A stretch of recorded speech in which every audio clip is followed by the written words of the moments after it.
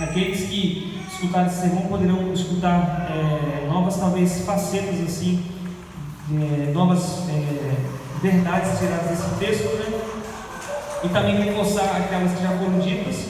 E para aqueles que não escutaram, creio que será revelador, né? Segundo a própria palavra de Deus. Amém? Vamos abrir então, irmão, João capítulo 17, verso 3. João é o Evangelho, né, irmãos? Mateus, Marcos, Lucas, João, capítulo 17, versículo 3.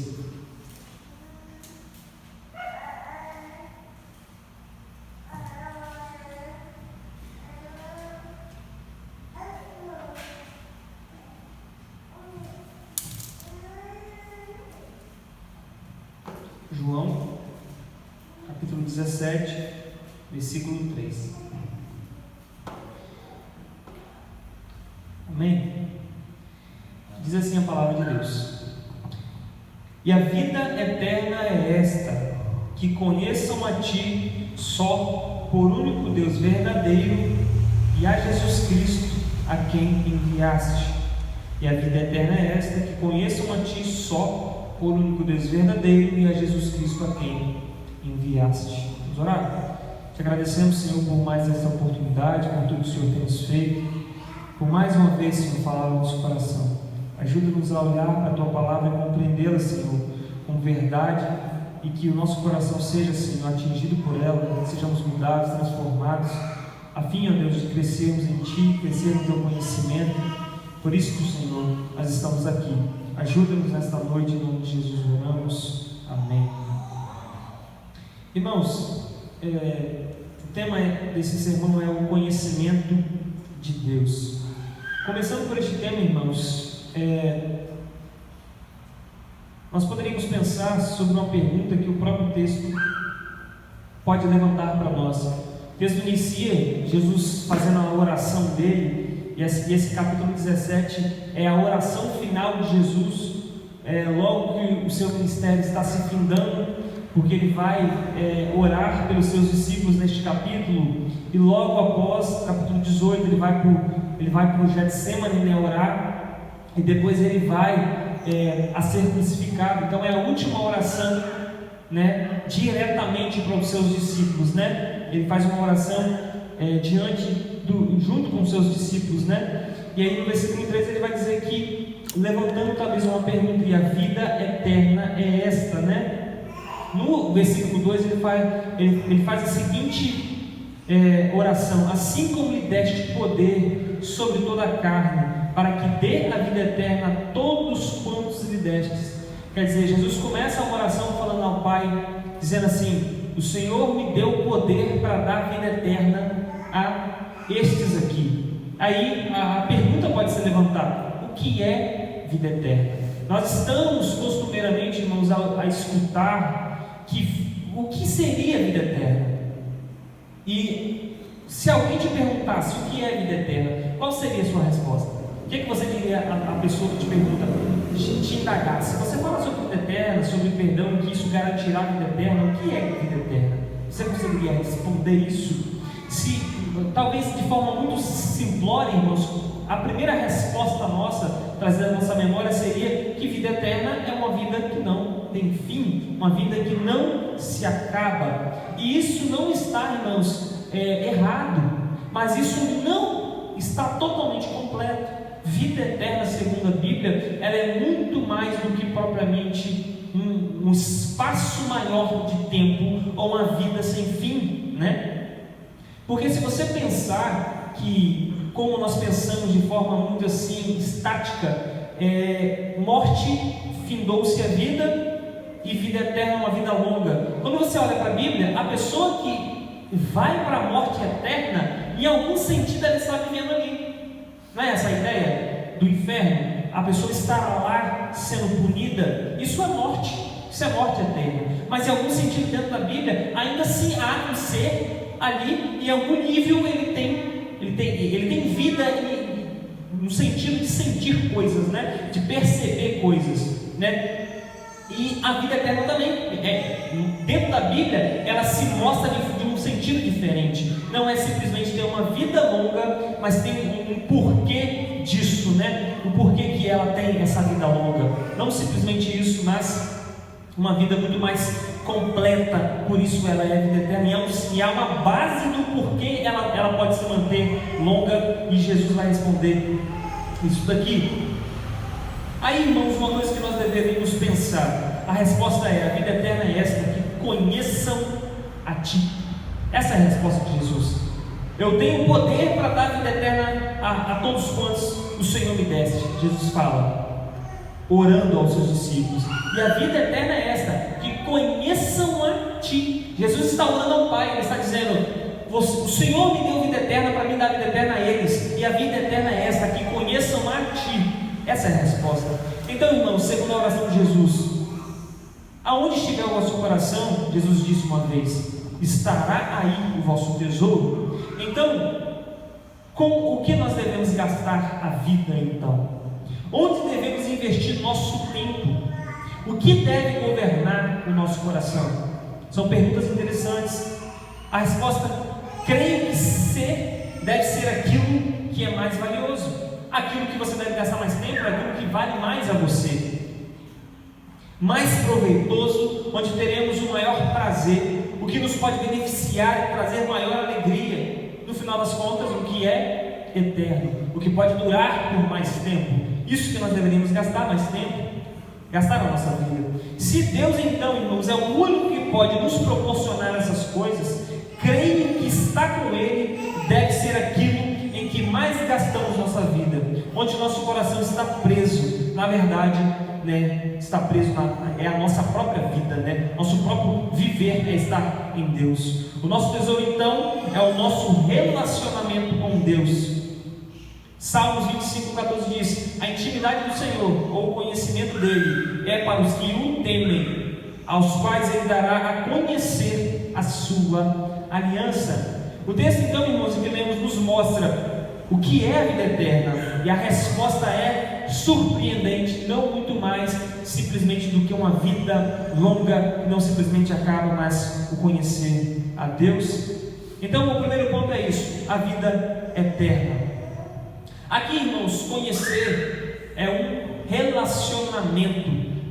Quando nós vemos, irmãos, a Bíblia, ela falar sobre conhecimento, ela está falando muito mais de forma profunda de um relacionamento do que simplesmente: você conhece fulano? Eu conheço fulano. Mas há uma diferença de uma pessoa quando você: não, ele é meu amigo, eu conheço aquela pessoa. Você diz: não, eu só conheço de vista, eu só conheço de passagem. Não, é só um colega que de vez em quando eu converso. Mas quando uma pessoa realmente, quando você a conhece, você diz, você tem uma profundidade de relacionamento maior.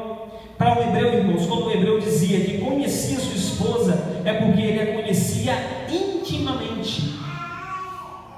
Nós vamos ver, irmãos, várias vezes dentro da Escritura, e Adão conheceu a sua esposa, conheceu intimamente. Quando você vê, quando se descobriu e se conheceu o outro, sempre era intimamente. Se abriu uma oportunidade, isso era um relacionamento muito profundo. Um relacionamento muito mais profundo do que algo natural de um conhecimento externo. É muito sério, irmãos, para um hebreu dizer que conhece a Deus. O que Jesus então estava querendo dizer era para eles, era que deveriam conhecer profundamente a Deus, que deveriam conhecer ao Senhor. Isso é o conhecimento aqui. Agora, irmãos, o texto continua dizendo: e a vida eterna é esta, que conheçam a Ti só, por único Deus verdadeiro. Conhecer o Deus verdadeiro. A oração de Jesus pelos discípulos, irmãos, é uma oração muito profunda. A oração por eles é que eles deveriam conhecer ao Senhor somente por único Deus verdadeiro. Aqui, irmãos, o único Deus verdadeiro é reconhecido, do mesmo modo como podemos traduzir um único Deus real, porque os outros deuses não existem de forma legítima. Existe uma estátua, existem pessoas a adorarem, existe um templo, existe cultos a esses outros deuses, mas realmente lá no fundo há um Deus a se adorar. Paulo falou assim: quando vocês adoram outros deuses, vocês não estão adorando Deus, vocês estão adorando demônios. Então, na verdade, não existe outro Deus além do nosso Deus, genuinamente. Nós criamos deuses. O ser humano, na sua maldade, cria deuses. Mas esses deuses não são genuínos, eles não são verdadeiros, eles não são reais, eles não existem. Do mesmo modo, podemos traduzir, é o Deus real aqui. Na humanidade houve e há em abundância imagens humanas de Deus e deuses falsos. Junto deles não encontramos vida eterna. Somente, irmãos, são capazes de nos seduzir e enganar com mentiras sobre a vida. Ao conhecermos o único Deus verdadeiro, que é a oração de Jesus, é-nos atribuída vida tão eterna e inexaurível quanto o próprio Deus. O ato de conhecer a Deus leva-nos a ter vida eterna. O que Jesus está falando para eles, e a vida eterna é esta: que conheçam a Ti só, por único Deus verdadeiro. O ato de conhecer o Deus verdadeiro é poder ter vida eterna. Logo, todos aqueles que não estão, irmãos, junto ao Deus verdadeiro, não podem genuinamente ter vida. Logo, não podem ter vida eterna. O Deus genuíno, verdadeiro, produz coisas genuínas e verdadeiras, e eles a dá aos que o servem. Então, conhecer não é um mero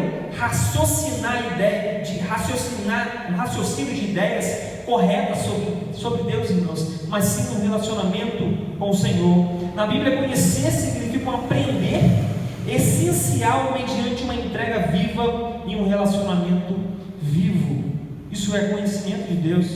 Os homens, irmãos, possuem muitos deuses, mas esses são deuses de fato. Se Deus Pai é o único Deus verdadeiro, os outros não podem ser deuses reais, que já disse, a não ser para aqueles que os adoram. Paulo, em seu sermão aos atenienses, fala do Deus verdadeiro.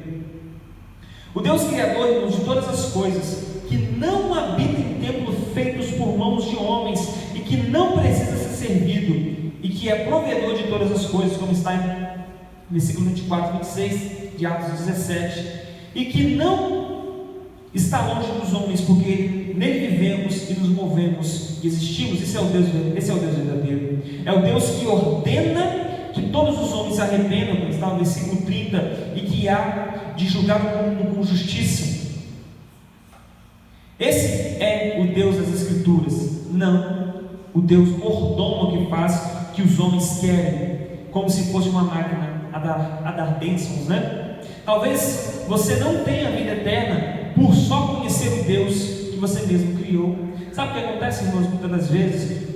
Hoje as pessoas estão falando muito sobre Deus. Você vê muito isso nas redes sociais. Há uma ideia hoje de que, sim, não, eu não sou ateu, eu creio que Deus existe, só não acho que o Deus da Bíblia é o Deus verdadeiro, que é o Deus real, ou que Jesus é o Deus real, mas que existe algum ser cósmico. Eu não sei se é uma energia, se é uma pessoa, se é algo, não sei dizer, mas eu acredito em Deus. As pessoas sabem por conta da consciência de que precisam adorar o Deus verdadeiro, mas eles trocam esse Deus, eles trocam em mentira a verdade de Deus e passam a adorar as criaturas e não o Criador. Logo, irmãos, na verdade não estão adorando ao Deus verdadeiro, logo não podem ter a vida eterna. É o que Jesus está dizendo aqui. O que adiantará, irmãos, conhecer a um Deus que não pode salvar? Não é melhor voltarmos ao Deus verdadeiro? Deus que genuinamente nos conhece? Agora, uma coisa, irmãos, que nós não podemos fazer também, está no versículo 3 ainda. Jesus fala: e a vida eterna é esta, que conheçam a Ti só. Jesus, lembra, irmãos, Jesus está fazendo uma oração ao Pai. E a vida eterna é essa, que conheçam a Ti só, por único Deus verdadeiro, e a Jesus Cristo. Jesus inicia uma oração muito interessante aí. Não só conhecer o Deus verdadeiro, mas também a Jesus Cristo. Por que então, irmãos, devemos conhecer a ambos? Em primeiro lugar, o homem precisa de reconciliação com Deus. Não havia, irmãos, um relacionamento entre o homem caído em seus pecados e o Deus Santo. Era preciso uma reconciliação. Se houvesse somente um conhecimento do Pai com a ausência do Filho, o que nos restaria seria um Deus irado por causa dos nossos pecados. Não podemos pensar que podemos ir ao Pai sem o Filho. Se você for ao Pai em seus pecados, irmão, sem a reconciliação que o Filho fez, logo não haverá o juiz absolvendo a sua causa, porque a sua causa não está paga. Diante do juiz, o juiz terá que te condenar. Cristo está perto, irmãos, da sua morte. Ele disse: é chegada a hora em que todos os profetas profetizaram, a hora que foi determinada por Deus na eternidade, a hora de sua morte, e isso é o que trará a vida eterna aos homens. É assim que ele fará o Pai conhecido. Veja o que também já disse: ele não é homem como eu, para que eu lhe responda, e nos enfrentemos em juízo. Se tão somente houvesse alguém para servir de árbitro entre nós, para impor as mãos sobre nós dois, alguém que afastasse de mim a vara de Deus, para que o seu terror não mais me assustasse, então eu faria sem medo, eu falaria sem medo. Mas não é esse o caso. Jó, irmãos, está num nível terrível de tristeza, depressão. Ele está orando: eu queria que tivesse alguém que pudesse colocar a mão sobre nós ambos, que me religasse de novo a Deus, alguém que pudesse me compreender como ser humano e esticar a mão ao meu ombro, mas alguém que pudesse também chegar a Deus e me ligar ao Senhor. Esse é, irmãos, o Jesus. Já sabia que, por mais justo que fosse, irmãos, nunca poderia enfrentar a Deus cara a cara. Ele disse: se eu pudesse, eu me enfrentaria em juízo, mas eu não posso. Ele viu a necessidade de alguém para reconciliá-los. Eles estavam em guerra, e a guerra já estava perdida para ele. Jó disse: já precisava de alguém que ficasse diante de Deus a seu favor. Jó sabia dos seus pecados. Jó disse: se ele fosse homem, o enfrentaria em juízo. Jó disse isso. Precisaria de alguém tal que preenchesse os dois requisitos: um homem para pagar a culpa pelos pecados dos homens, e um Deus, pois só um Deus poderia pagar a dívida impagável. E quem foi essa pessoa? Jesus está orando, irmãos, aqui. Você não pode conhecer, eles não podem conhecer somente a Deus verdadeiro, não somente Ele, mas também a Jesus Cristo. Eu oro, Senhor, para que o Senhor faça com que eles tenham a vida eterna, e a vida eterna é conhecer a Ti e a mim. Cristo, irmãos, é esse alguém. Ele preenche perfeitamente os requisitos. Ele estendeu a mão aos homens maus e corruptos e ao Deus santo e justo, fazendo a reconciliação por meio de sua morte na cruz, satisfazendo a justíssima corda de Deus e tomando toda a culpa do homem para si. Ele é aquele que é o Deus homem. Só há um caminho para Deus, e esse caminho é seu Filho, Jesus. Em segundo lugar, irmãos, porque não se pode conhecer somente ao Deus verdadeiro, mas também a Jesus Cristo. Em segundo lugar, não há possibilidade de se conhecer o Pai sem conhecer o Filho, e vice-versa, pois os dois são um. O que nós entendemos na teologia, irmãos? Que existe Deus Pai, Deus Filho, Deus Espírito Santo, e os três são um. Quando se conhece o Pai, automaticamente se conhece o Filho. O Filho é tanto Deus quanto o Pai, e não há distinção alguma entre as duas pessoas. Apesar das duas serem Deus ao mesmo tempo, eles são um só Deus, junto com o Espírito Santo, formando a Trindade. Jesus não fez rodeios quanto a isso e disse aos seus discípulos, antes de pronunciar essa oração: se vós me conhecesseis a mim, também me conhecerias a meu Pai, e já desde agora o conheceis e o tendes visto. Disse-lhe Filipe: Senhor, mostra-nos o Pai, o que nos basta. Disse-lhe Jesus: estou há tanto tempo convosco e não me tendes conhecido, Filipe? Quem me vê a mim, vê o Pai. E como dizes tu, mostra-nos o Pai. João 14, 7 a 9. Além da fala direta de Jesus sobre a sua unidade com o Pai, creio que há, irmãos, outros aspectos que podemos observar quanto a essa unidade. Uma coisa, irmãos, que as pessoas tendem a fazer com Jesus neste mundo: eles tendem a pegar a imagem e a ideia de Jesus amoroso, bondoso, e que recepciona os pecadores e que abraça todos, e tendem a excluí-lo ele como Deus. Mas na verdade, o que Jesus está dizendo é, e a vida eterna é essa, não somente conhecer a Jesus Cristo, mas conhecer a ambos. Há uma impossibilidade de se conhecer só ao Jesus que as pessoas querem criar. Eles querem desvincular o Jesus bonitinho, por assim dizer, do Jesus que também trará juízo, e que é um com o Pai. e que também disse que há de julgar o mundo, e que todo juízo a Ele foi dado.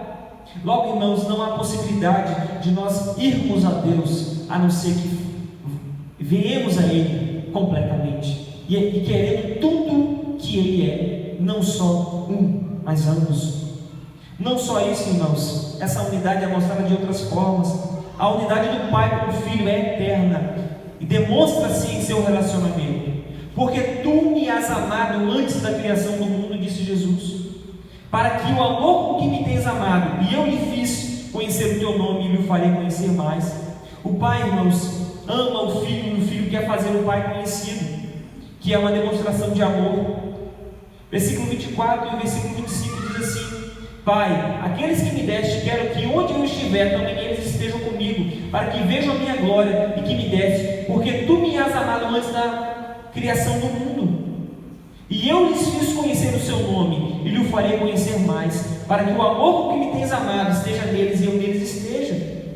Absolutamente, irmãos, antes de tudo, o Pai e o Filho já demonstravam um amor perfeito, um para com o outro, um amor que não teve início nem fim, nem oscilações. Isso mostra, irmãos, que há uma unidade de afeto, e que um não poderia fazer algo que o outro desaprovasse. Jesus nunca, irmãos, nunca iria querer aparecer sem revelar o Pai, e o Pai não iria sacrificar seu Filho sem que o glorificasse. Observe como Jesus começa a sua oração no verso 1, a parte B: glorifica a teu Filho, para que também o teu Filho te glorifique a ti. Há uma reciprocidade, um quer agradar o outro. Jesus está fazendo uma oração, irmãos, que é impossível conhecer somente ao Pai ou somente o Filho. É preciso conhecer a ambos, é preciso abraçar a totalidade de quem Deus é. É por isso que muitas das vezes o ser humano não recepciona o Evangelho, irmãos, porque ele quer tirar uma parte dele somente. Ele quer às vezes só o amor, mas não quer a justiça.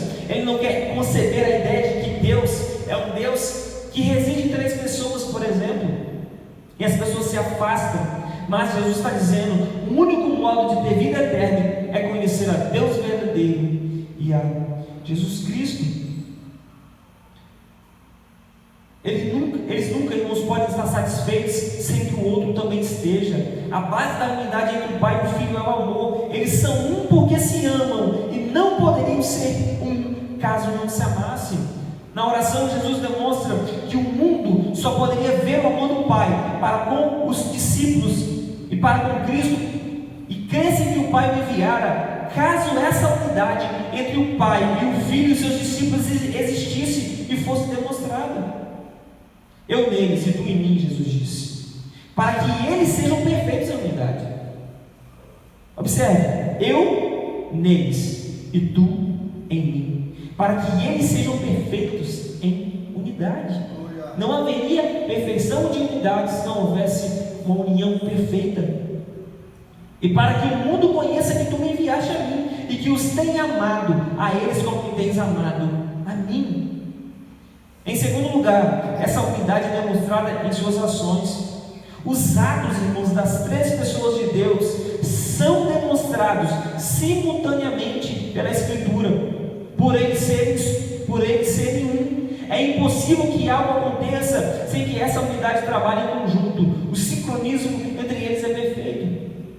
Cada ação do Pai, o Filho está ciente e de acordo, e tudo que o Filho faça é por ordem do Pai. Nas obras do Deus Trino, as 3 pessoas estão em seu devido lugar, nenhuma está suplantando a outra, cada uma realiza a obra em que acordaram desde toda a eternidade.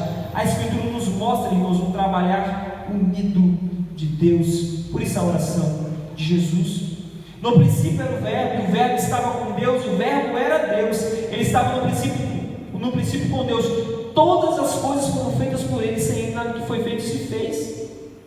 É uma obra unida. Ele era um com Deus, Ele estava com Deus, e Ele era o próprio Deus. O texto de Gênesis 1:26 diz: façamos o homem à nossa imagem, à nossa semelhança. Deus Trino, o tempo todo trabalhando na Escritura, sem divisão alguma entre eles.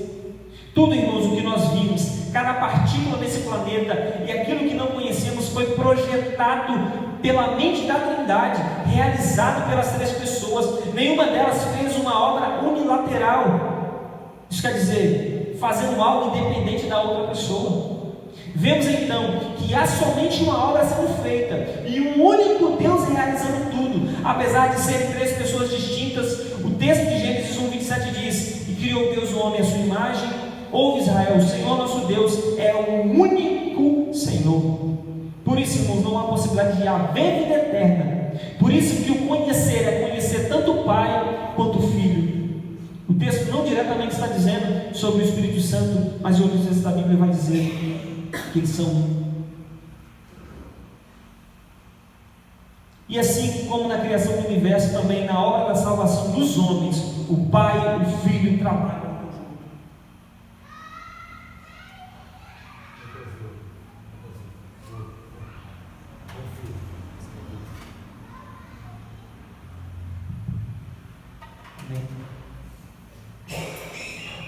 E assim, irmãos, como na criação do universo, também na obra da salvação dos homens, o Pai e o Filho trabalham em conjunto. Jesus disse: ninguém pode vir a mim, se o Pai que me enviou não o trouxer, e eu o ressuscitarei no último dia. João 6,44. Deus estava em Cristo. Olha de novo a unidade. Deus estava em Cristo, reconciliando consigo o mundo. 2 Coríntios 5,19. Por isso, irmãos, a vida eterna é conhecer ao Pai e ao Filho. Precisa-se passar pelas 2 pessoas. Agora, uma coisa, irmãos, que nós podemos pensar sobre o que Jesus está dizendo aqui: que a vida eterna é esta, que conheçam a Ti só, por único Deus verdadeiro, e a Jesus Cristo. A vida eterna é conhecer a Deus. Isso é a vida eterna. Se a vida eterna, irmãos, é conhecer a Deus, termos um relacionamento íntimo, como já disse, nos relacionar, estar juntamente com o Senhor, poder conhecer Ele de forma perfeita e plena, viver intimamente com Ele. O que será a morte eterna então? Creio não ser necessário respondermos a essa pergunta, contrapondo o que o texto nos diz, para nos alertarmos e sermos incentivados a andar com Deus. Podemos ter um retrato do que será o inferno na crucificação de Cristo, irmãos. Pense em tudo que Ele sofreu: as zombarias, os parados, o desprezo das pessoas, as chicotadas, os pregos em suas mãos e pés, uma coroa de espinhos, uma dor física e o maior sofrimento, o abandono do Pai, sem uma resposta à sua oração: Deus meu, por que me desamparaste? Não há resposta ali. Ele estava sofrendo e sozinho. Jesus estava, irmãos, no inferno, nós poderíamos dizer assim. Outro retrato, irmãos, que nós podemos ter é a história contada por Jesus do rico e Lázaro. Observe o estado do rico. Em primeiro lugar, ele está em tormentos. Em segundo, não há nenhum bem que lhe possa ser dado. Terceiro, nenhuma de suas orações são respondidas. E no texto, Abraão é um símbolo do próprio Deus. Quarto, ele está em um total abandono. Outro texto, irmãos, que revela como será a morte eterna é a profecia de Daniel. E muitos dos que dormem no pó da terra ressuscitarão, uns para a vida eterna e outros para a vergonha e desprezo eterno. O que aconteceu com Jesus na cruz? Desprezado. O que aconteceu com o rico? Desprezado. Daniel está dizendo que outros vão se levantar para a vergonha e desprezo eterno. Isso é morte eterna, irmãos. Enquanto a vida eterna está no relacionamento íntimo e perfeito, a morte eterna é o contrário, é o desprezo, é o abandono. O texto poderia muito bem, em vez de dizer vergonha e desprezo eterno, dizer morte eterna. É o contrário de vida eterna, irmãos. Enquanto nós deveríamos e temos a esperança de conhecermos, relacionar com o Senhor. Lembra do que eu disse? As pessoas têm uma noção muito rasa do que é vida eterna.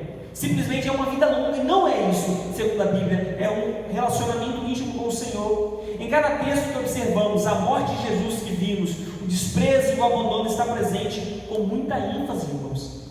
Nunca foi bom ser deixado de lado. Creio que nunca houve alguém no mundo que gostasse de ser menosprezado. Então, irmãos, o quão horrível será ser abandonado pelo próprio Deus.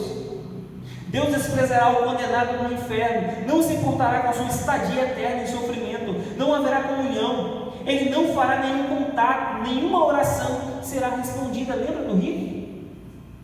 Ele não foi respondido, ele orou ao Senhor e nenhum pedido foi atendido. Um desprezo vergonhoso. Paulo, na sua carta aos Romanos, diz que Deus abandonou os homens por não se importarem em ter o conhecimento de Deus. É um sentimento perverso, houve um abandono, e na eternidade será um abandono completo.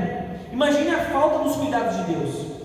Pense, as bênçãos que Ele não dará aos que estiverem no inferno, irmãos. Sabe qual o pior, irmãos, de não ter o próprio Deus? É você não possuir o bem que Deus possa te dar, os bens que Deus fornece à nossa alma, que precisamos. E ainda será pior, Ele não está simplesmente não tendo um relacionamento com você, mas sim está em guerra contra você. A justa ira dele está apontada para você eternamente, e isso é terrível. Jesus foi desamparado na cruz para morrer. O rico não teve nenhum alívio no inferno. Não podemos esperar que o inferno seja menos que esses sofrimentos. A morte eterna, então, irmãos, é o abandono de todo o bem possível. Seria como tirar toda a vida de uma pessoa ao máximo, sem fazer com que ela desaparecesse. Jay Parker disse: o inferno é a negação da comunhão com o Senhor, é a negação de alegria e prazer, é a negação de qualquer forma de satisfação. Você não pode ir muito além desta linha, mas a maneira de se ter uma noção do inferno é pensar como a vida seria se não houvesse momentos felizes, irmãos. Isso seria a morte eterna, sem descanso, sem refrescos, nada para se dar alegria, somente um sentido de que você tenha perdido a melhor coisa do mundo. Então a morte eterna é não ter um relacionamento com Deus, nem as bênçãos que advêm desse relacionamento. Se a resposta para a vida eterna, irmãos, é andar e conhecer o Senhor, a morte eterna é o contrário disso, né? É não conhecer a Deus e não andar no relacionamento íntimo com Ele. Quem crê nele não é condenado, disse Jesus, mas quem não crê já está condenado, porquanto não crê no nome unigênito do Filho de Deus. Aquele que crê no Filho tem a vida eterna, mas aquele que não crê no Filho não verá a vida, mas a ira de Deus sobre ele permanece. Aqueles que estão sem Cristo já estão vivendo uma morte eterna, irmãos, porque é o que Jesus disse: aquele que não crê já está condenado. Ele não se inicia com a morte física, o homem nasce indo para o inferno. A morte só é uma transição, irmãos, ela só irá te levar para um estado mais profundo de perdição. É como se o homem estivesse em cima da casa e simplesmente fosse levado para o porão. Isso é, irmãos, a morte eterna, contrária da vida eterna. Agora, o estado da vida eterna. A vida eterna é mais do que a existência sem fim, como já disse. É uma qualidade especial de vida que o crente recebe à medida que ele compartilha da vida de Deus por meio de Cristo. Isso, irmãos, permite ao crente um crescente conhecimento de Deus em comunhão com o Pai, com o Filho e o Espírito Santo. No Novo Testamento, irmãos, a vida eterna é descrita como uma realidade presente. Observe isso. Na verdade, olha o que Jesus disse: vos digo que quem ouve a minha palavra e crê naquele que me enviou tem a vida eterna e não entrará em condenação, mas passou da morte para a vida. João 5,24. Jesus disse em João 10,28 também: e dou-lhes a vida eterna, e nunca hão de perecer, e ninguém as arrebatará da minha mão. Quando conhecemos a Deus, irmãos, passamos a vida eterna. Nós passamos da morte para a vida. Nós estávamos mortos em nossos delitos e pecados, mas Cristo nos vivificou. Quão profundo, irmãos, é a obra de Deus no coração do homem. Todo homem que crê em Cristo passa a experimentar a vida eterna. Ela não começa quando morremos, e sim quando cremos em Jesus. Ele é uma nova criatura com um novo relacionamento com Deus.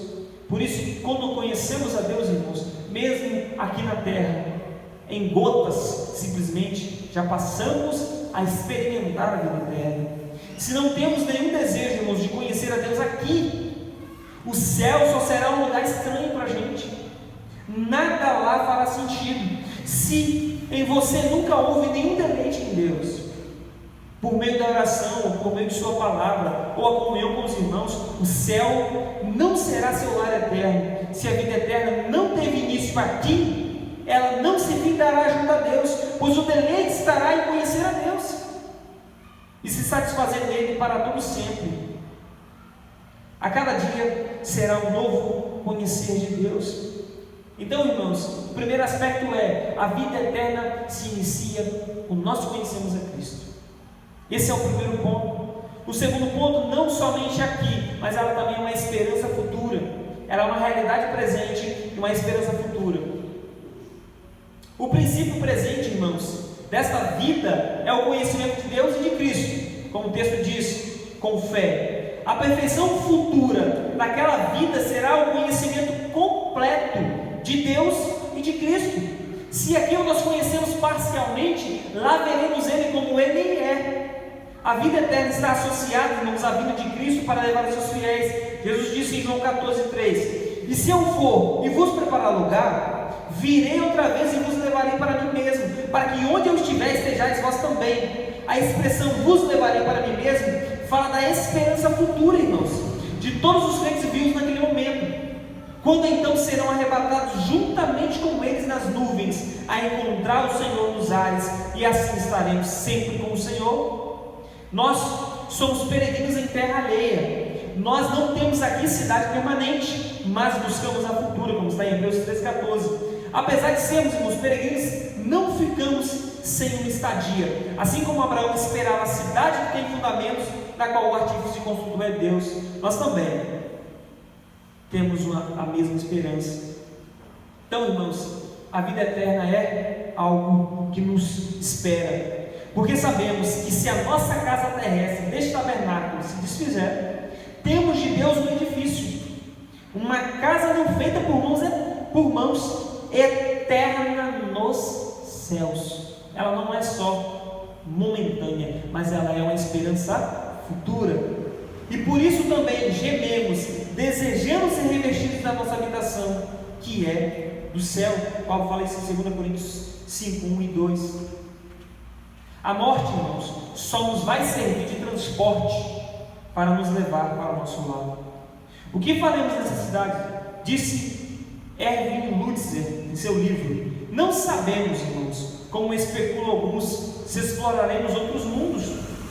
Outros sugerem que podemos completar muitos projetos iniciados na terra. Independente, irmãos, de qual seja a nossa atividade no céu, temos certeza de que o nosso Pai Celestial infinito terá infinitas possibilidades ali. Mas a cidade, irmãos, não é o nosso alvo maior, e sim quem estará lá, o nosso Senhor, a qual ansiamos em vê-lo e conhecemos como Ele é realmente, pois desse lado do túmulo só conhecemos em parte, só vemos em parte, como um nevoeiro nos cobrindo a vista. Cristo, irmãos, nos mostrará o Pai para que fiquemos para sempre satisfeitos. Então aprenderemos a amar o Senhor nosso Deus de maneira que nunca fomos capazes de fazê-lo na terra. Isso, irmãos, acontecerá na vida eterna. Então, o que poderíamos pensar sobre a vida, irmãos, por vir? Seria um conhecer a Deus eternamente. O Osho fala uma coisa muito interessante: amanheceríamos num dia e olharíamos para Deus, observaríamos algo belo, perfeito, sublime de Deus, e passaríamos o dia inteiro glorificando a Ele, exaltando aquela beleza que vimos naquele dia. Iríamos dormir à noite, caso o céu tivesse noite e dia, dormiríamos naquela noite. Quando acordássemos de manhã de novo, veríamos algo tão surpreendente de Deus de novo, algo tão belo, tão perfeito, que aquilo que vimos no dia anterior era pequeno. Assim, irmãos, será toda a eternidade. A Bosch conclui: nós nem chegaremos ao pé do monte. Essa é a eternidade: conhecer e conhecer e conhecer e conhecer a Deus. Pense numa coisa: ruas de ouro, irmãos, uma hora ou outra enjoa. Nossa, um muro cheio de jaspe, pedras preciosas, esmeraldas em todo lugar. Mas, irmãos, a vida eterna não é isso. Ela é um profundo conhecer do Deus que fez todas as coisas. Quão sublime é conhecer a Ele. O que Jesus disse? Se você beber da água que Ele der para aquela mulher samaritana, Ele falou: vai jorrar em você água que jorra para a vida eterna. O nosso coração, a nossa alma anseia por algo muito mais profundo, irmãos, muito mais completo. É por isso que esse mundo aqui para a gente, as coisas são momentâneas. Nós enjoamos. Pensa nas pessoas ricas, multimilionárias. Eles enjoam das coisas. Tem um carro, aí o que a gente faz? Cobre a Ferrari de ouro. Tem um palácio, faz tudo de ouro. Aí enjoa, faz outra coisa. Aí faz viagem. Aí manda, o celular dele tem que ter ouro.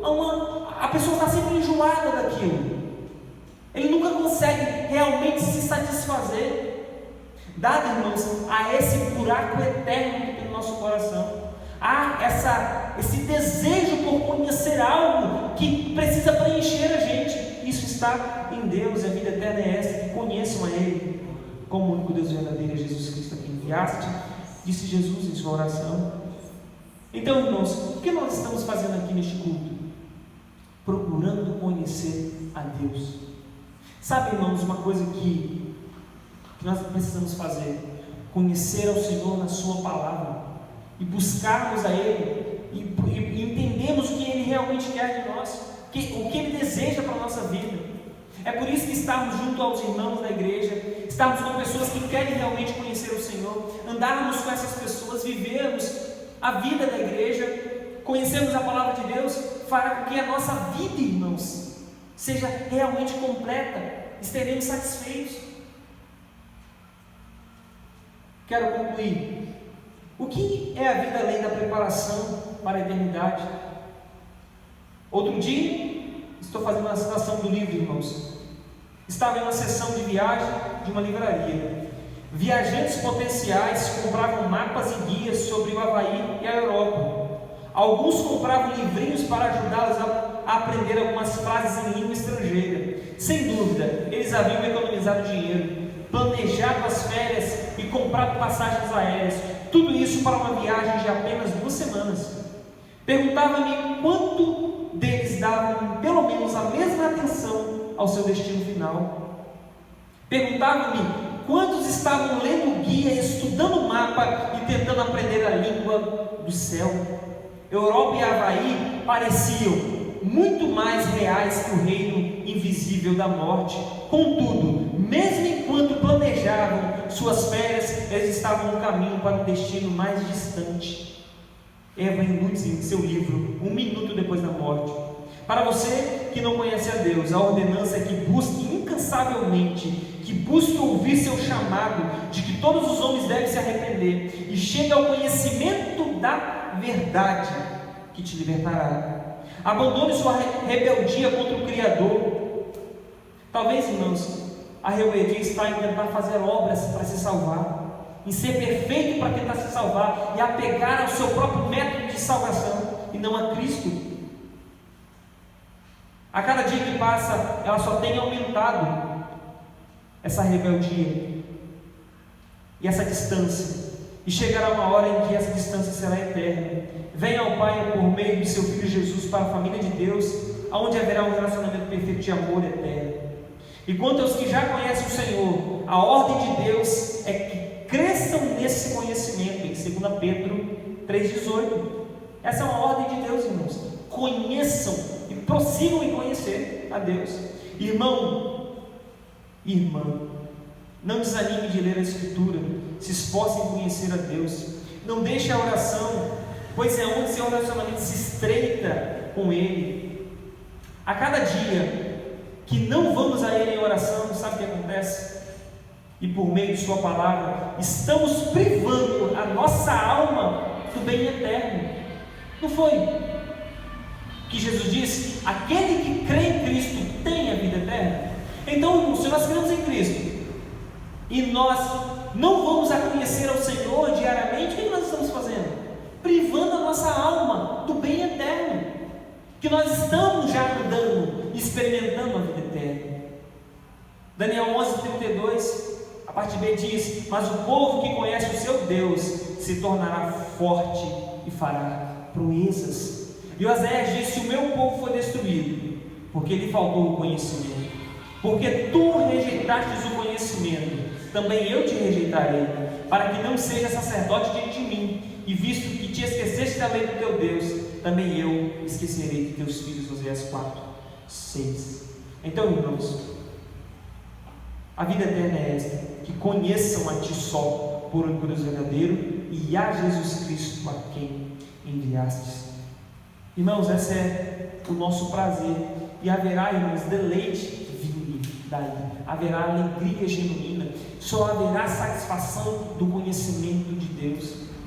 Um certo autor, esqueci o nome aqui agora, ele fala sobre a leitura e o estudo da palavra de Deus.